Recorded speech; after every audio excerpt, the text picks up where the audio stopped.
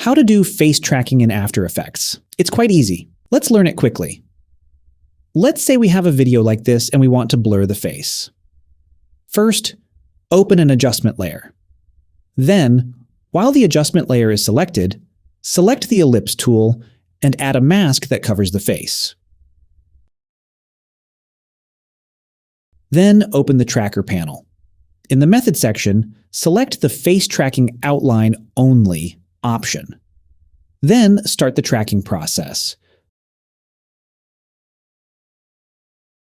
The tracking process is finished. As you can see, it masked the face to completely cover its outline. In the next part, you can add any blur, for example, Gaussian blur.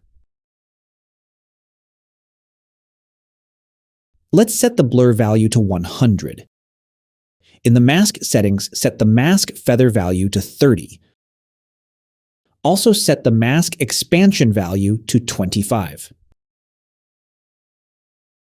That's all for the face blurring process. By the way, the more you increase the mask expansion value, the more the blur effect will spread to the edges. That's it for now. You know what to do for more tutorials and tips. See you in the next videos.